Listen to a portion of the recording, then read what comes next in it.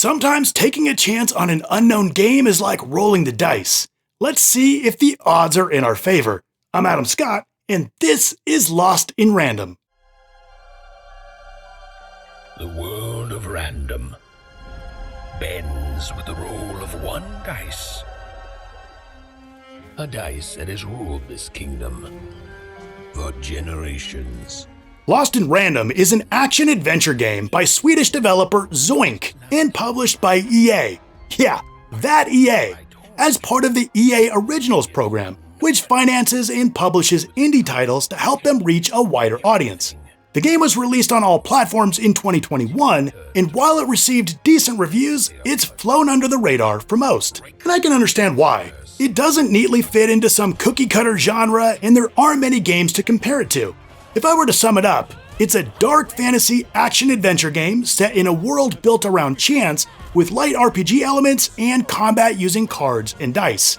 Yeah, that doesn't exactly fit on the box. And maybe that's not the best description. The game's creative director, Olav Redmalm, said Lost in Random was an homage to dark fairy tales and stop-motion animation with inspirations from the works of animation studio Laika, Tim Burton movies, Grimm's Fairy Tales, and the Oddworld series. Now we're getting somewhere. So what dark tale are we getting here?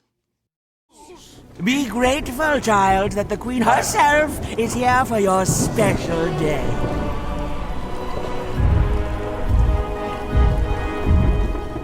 In the Kingdom of Random, your fate is decided by the roll of a cursed black die. Upon turning 12, inhabitants roll the die to determine which of the kingdom's 6 realms they'll be sent to, and what job they'll be assigned in service of the kingdom. Lost in Random tells the tale of sisters Even and Odd. When Odd rolls a 6 on her 12th birthday, she's sent away to live in the palace of Sixtopia under the watchful eye of the Mad Queen of Random. Even sets out on a journey across the 6 realms to rescue her sister. Along the way, she befriends a magical die, aptly named Dicey, who's lost his pips. Did you know the dots on dice are called pips? Dicey joins Even on her adventure, helping her with combat and unlocking strange new powers. What are you doing out so darn late?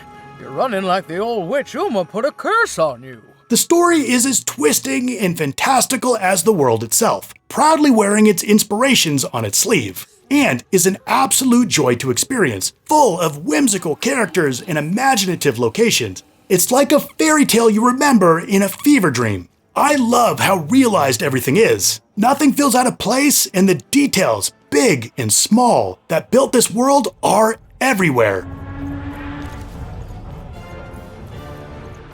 And meeting new characters was always a treat, even if they tend to get a bit long-winded at times.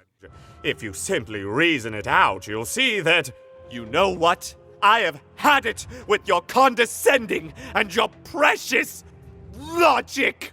You'll no doubt be captivated by this adventure and how the gameplay fits into it. At least at first. As you journey through the 6 realms of Random, you'll meet with NPCs, take on side quests, and engage in combat. Combat takes place on a game board-like arena. You'll roll dicey to progress, and Even will only be safe when she reaches the final space on the board. You can power Dicey with the energy cubes enemies drop when you shoot them with your slingshot. Once Dicey is powered up, rolling him will temporarily stop time, allowing you to use your cards.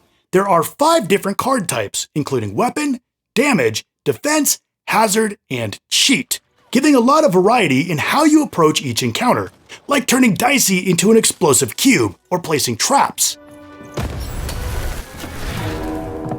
As you progress, you'll earn new cards and recover Dicey's lost pips, allowing you to roll higher and higher numbers. The combat is incredibly inventive, mixing randomness, challenge, and strategy, feeling satisfying and unlike anything else. The playing piece has broken the wall.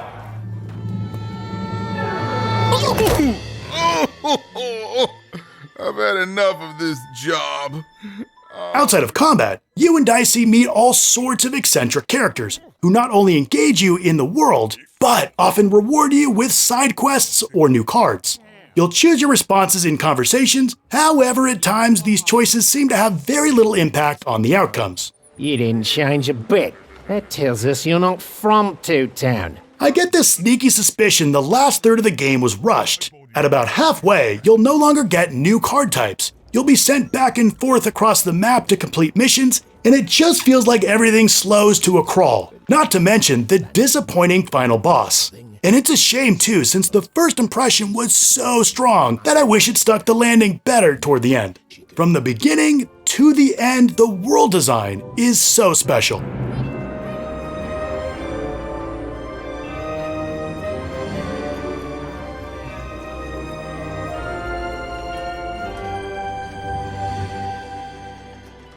Each location has its own unique flavor, and the character designs with their stop-motion look are a real treat. What I love most are all the little details. Everything in the game is designed to reflect the wonderful random nature of the Queen. Don't be surprised if your cheeks hurt from the smile plastered on your face. Paired with the visuals is the great soundtrack by Blake Robinson. Equally whimsical and dark, the themes fill each space with emotion. The music during the combat was a particular highlight, injecting the battles with a lot of energy and excitement.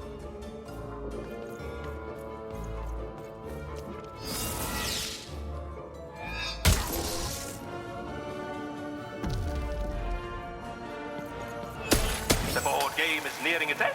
Soon we shall have a winner. Lost in Random isn't an overly long game, and completing it to 100% isn't all that difficult.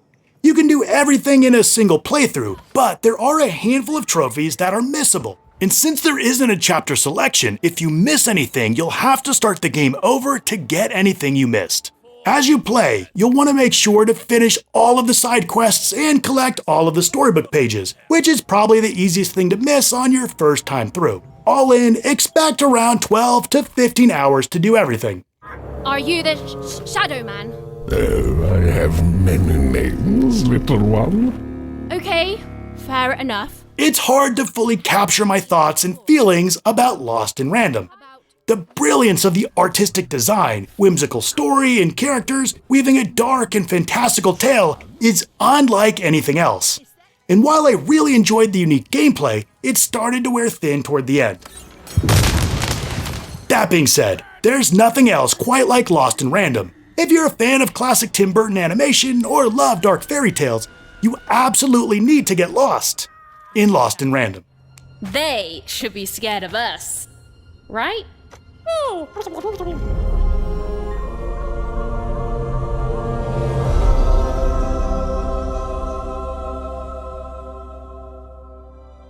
Alright, there's Lost in Random. If you liked the video, hit like and of course subscribe. And if you want another game that you haven't played, check out my video right here.